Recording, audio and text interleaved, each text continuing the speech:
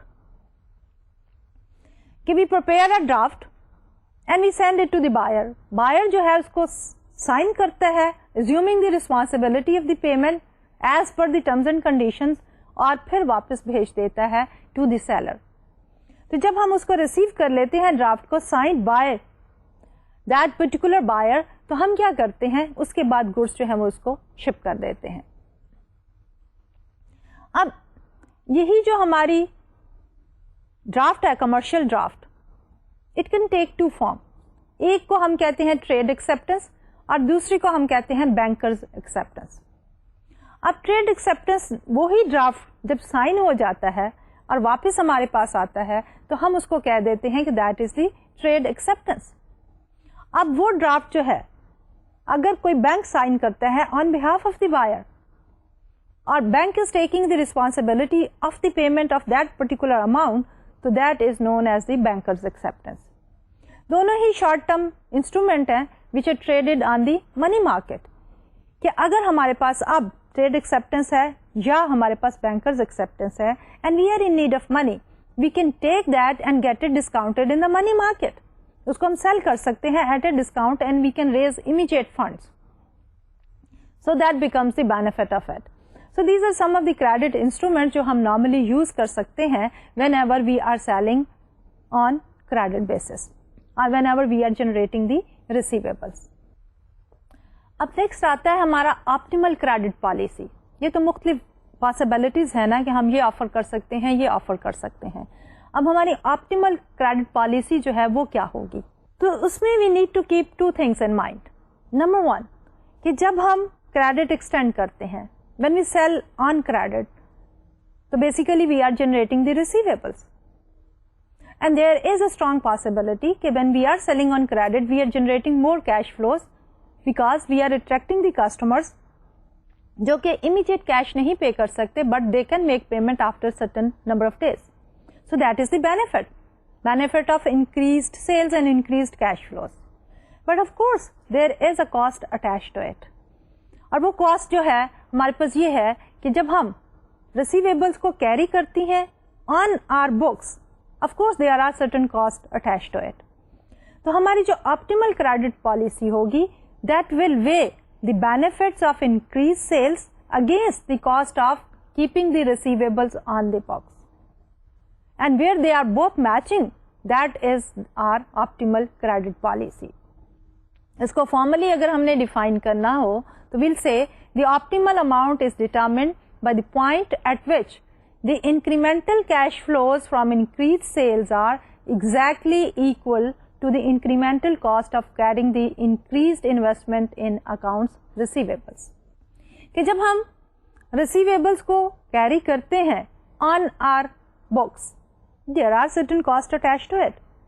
اب کیا کیا cost اس میں attached ہوتی ہیں؟ سب سے پہلے تو یہ ہے کہ اگر ہمیں ارلی کیش مل جاتا تو we would have invested the cash and we would have earn certain rate of return on it. تو وہ جو ہے جو فورگو کرتے ہیں ہم, rate of return is one component of the cost, and we are seeing that the carrying cost associated with granting credit are of three types: the required return on receivables, and number two the losses of bad debts. There is a possibility کہ we will not be in a position to collect 100% of our receivables. Some of the customers may default on the payment. تو جب customer default کرتے ہیں we call it as the bad debt. So there is a cost attached to the bad debt. Then we call it as the bad debt loss. And finally, the cost of managing credit and credit collection. Meaning کہ جب ہم receivables کو carry کرتے ہیں تو we need to collect them. And we need a certain mechanism through which we are in a position to collect the cash. We need to run a credit department, credit and collection department. تو اس کے اوپر بھی جو ہمیں cost آتی ہیں they are all part of our carrying cost. تو اب ہمارے پاس carrying cost کے 3 components آ گئے. The required rate of return on receivables, number 2 the bad debt losses, and number 3 the cost of running a credit and the collection department. اب ہم اس کو کس طرح کریں گے؟ For a restrictive credit policy, all above cost will be low. Shortage of the credit will be an opportunity cost of extra potential profit from credit sales that is low because credit is refused.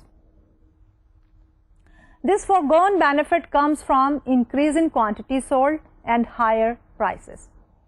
کہ جب ہم بات کرتے ہیں کہ ایک ہماری restrictive policy ہے جس میں we try to avoid selling on credit, اس میں کیا ہوگا کہ بیڈ ڈیٹ لاسز تو ہم بچا لیں گے، کریڈٹ کلیکشن ڈپارٹمنٹ کا بھی خرچہ ہم کم کر سکتے ہیں، لیکن آف کورس ہماری کاسٹ کیا ہوگی کہ ہم جو سیلز تھی، کریڈٹ سیلز ہم نے کرنی تھی، ان میں کمی آ جائے گی.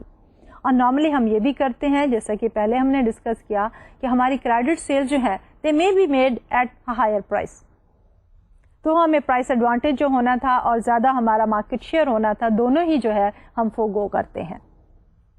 اب کیرنگ کاسٹ جو ہے they are the cash flows that must be incurred when credit is granted.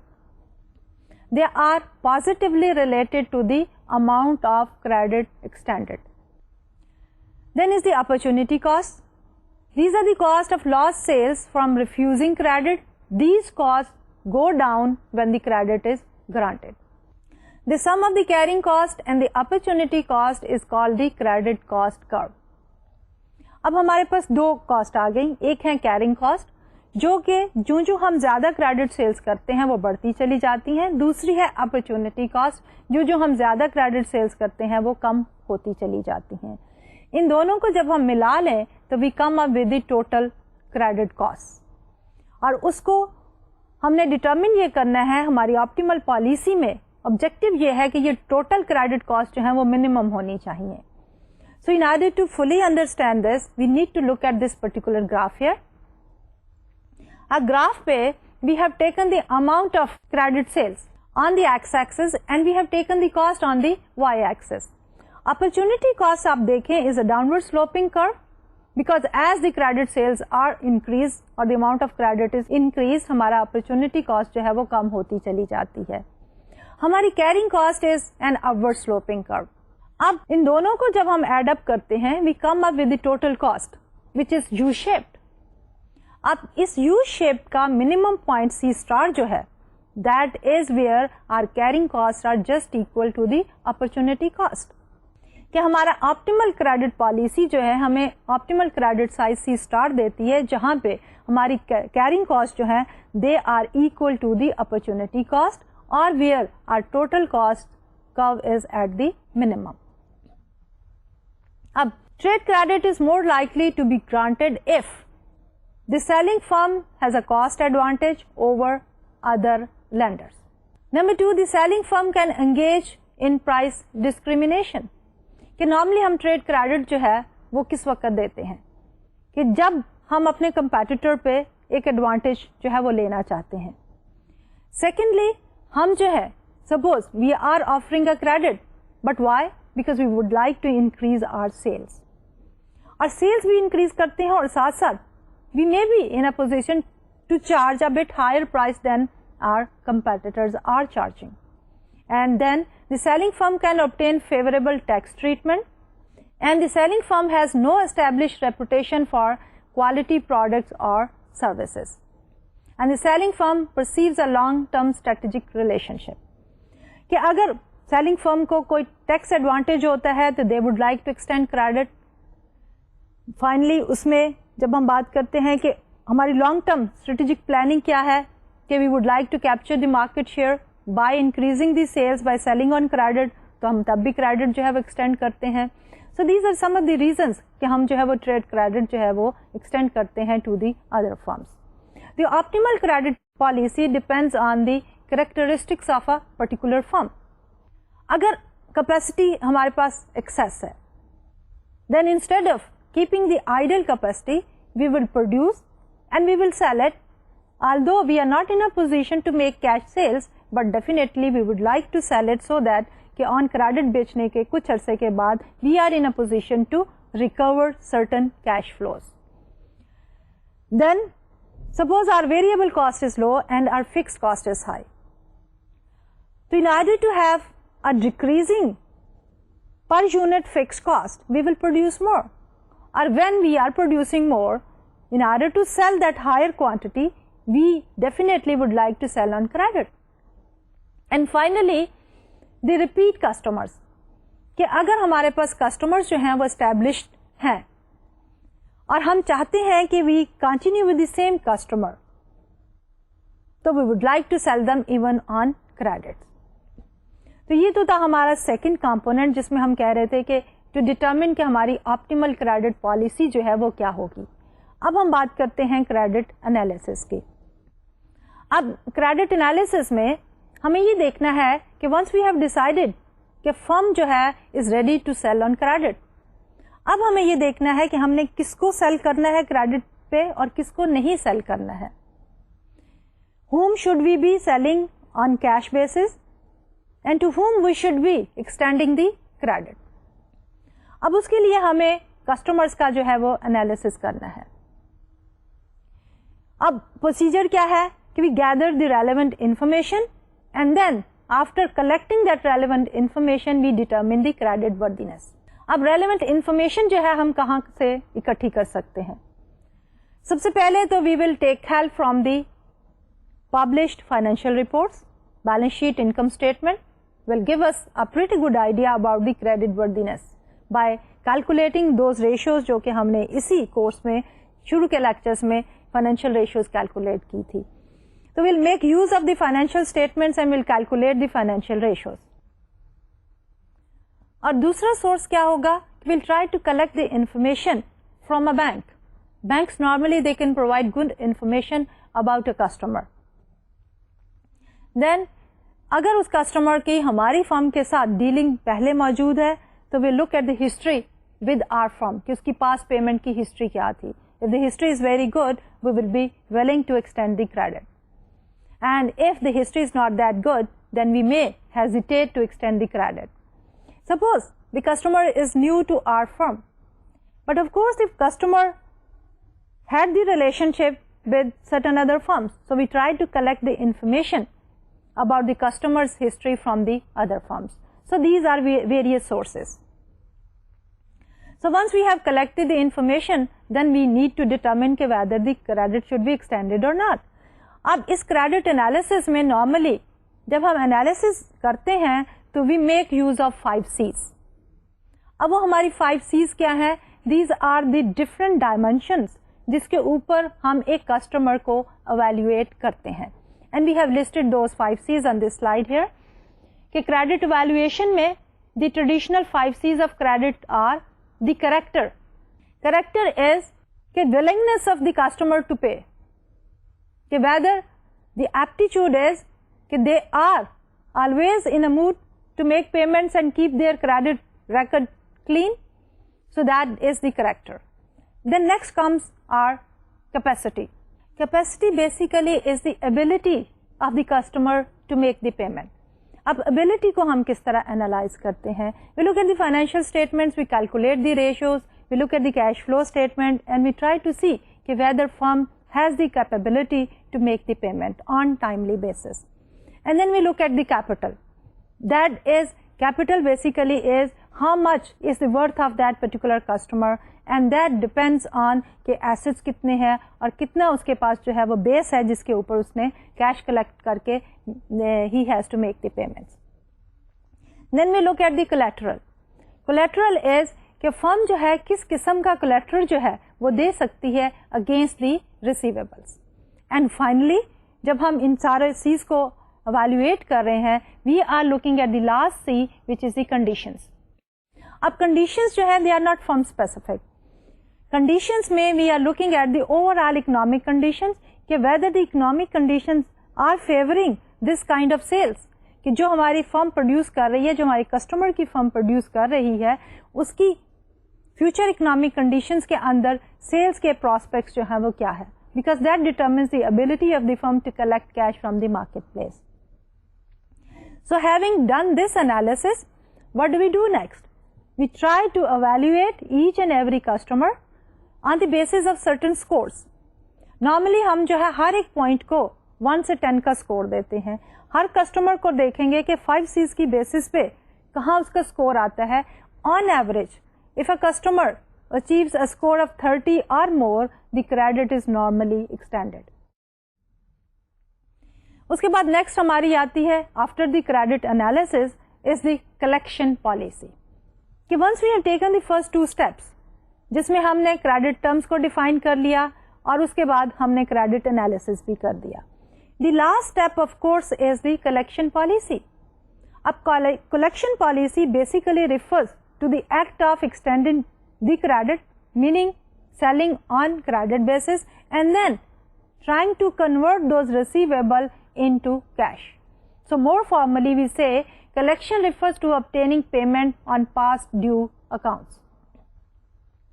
Collection policy is composed of number 1, the firm's willingness to extend credit as reflected in the firm's investment in receivables, and number 2, collection efforts. اب فرم جو ہے اپنے receivables میں جتنا انہوں نے decide کر لیا بیلنس شیٹ میں اتنا پرسنٹیج ریسیویبل کا رکھ سکتے ہیں کرنٹ ایسٹ میں, that is the first step. Next step is کہ they try to make efforts to convert those receivables into cash and we call it as the collection effort.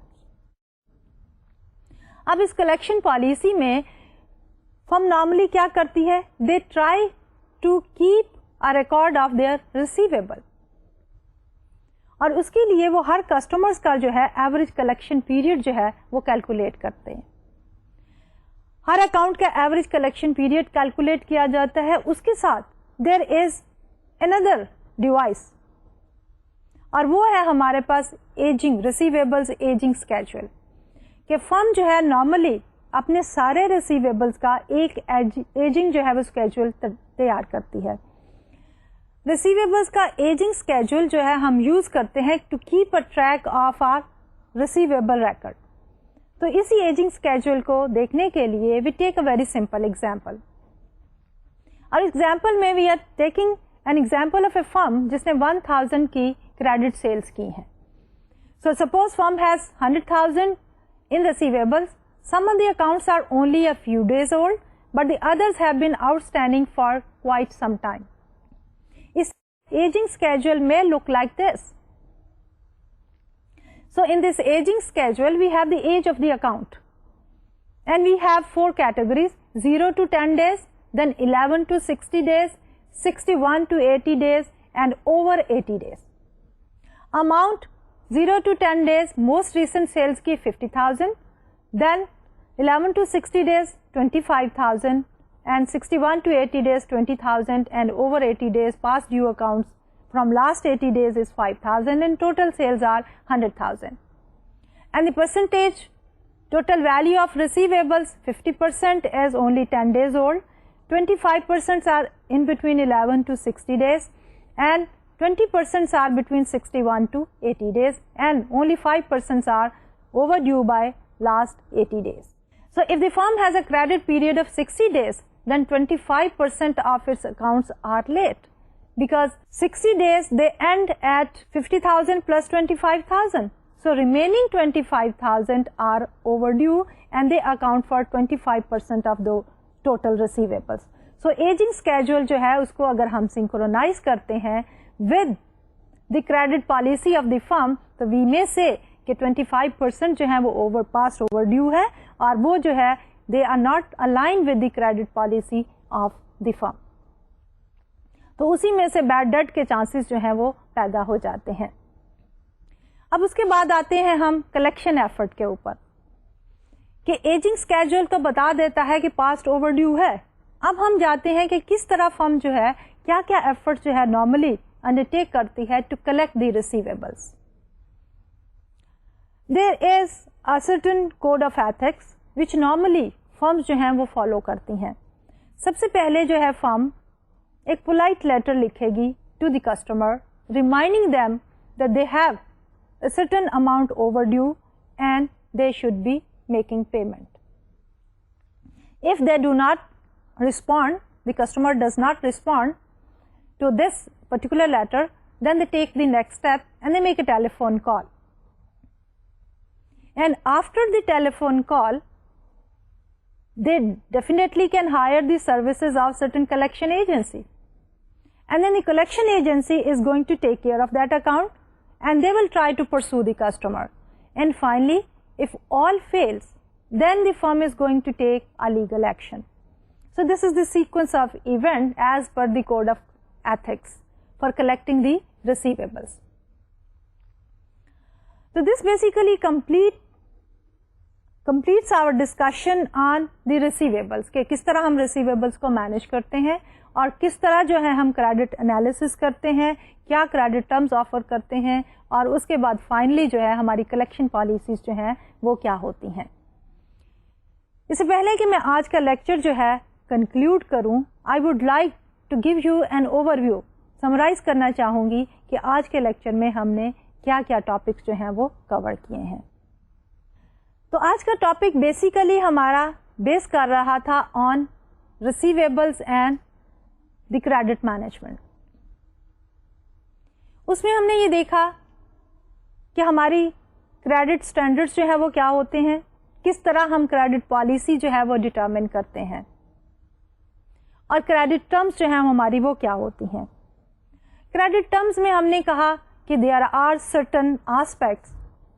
ایک ہے ہمارا فل credit period, ایک ہے ہمارا discount period اور ایک ہے ہماری discount in terms of percentages. اگر ہمارا customer makes use of that particular discount تو we specify a time period, a discount period جس میں کسٹمر نے ہمیں پیمنٹ کرنی ہوتی ہے. اور اگر customer does not make the payment within that discount period, he is not eligible to avail the discount.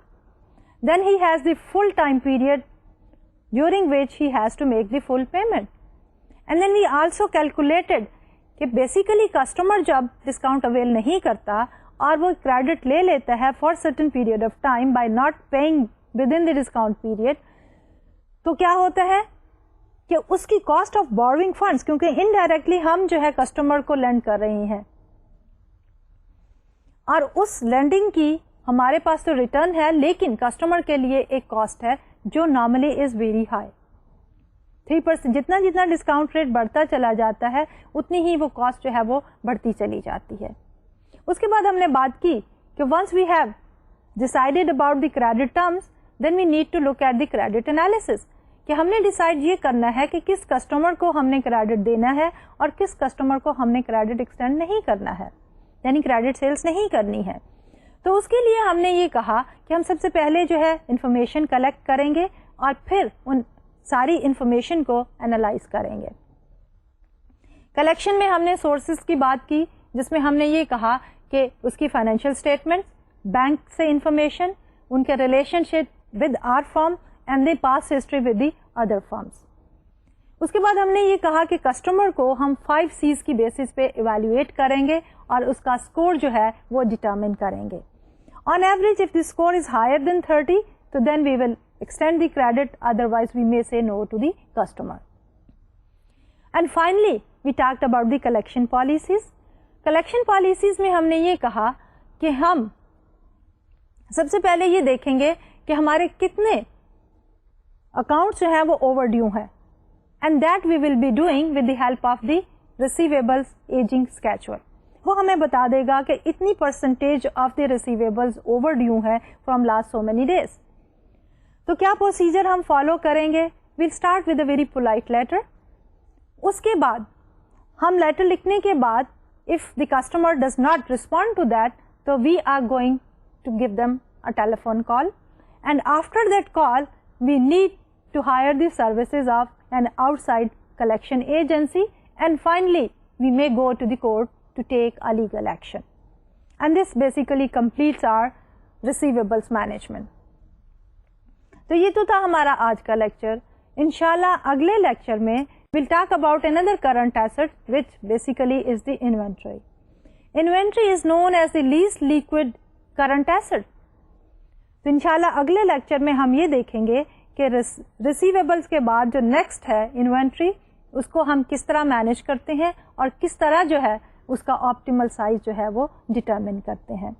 تو آج کے لیے ڈاکٹر طلعت کو اجازت دیجیے. اللہ حافظ.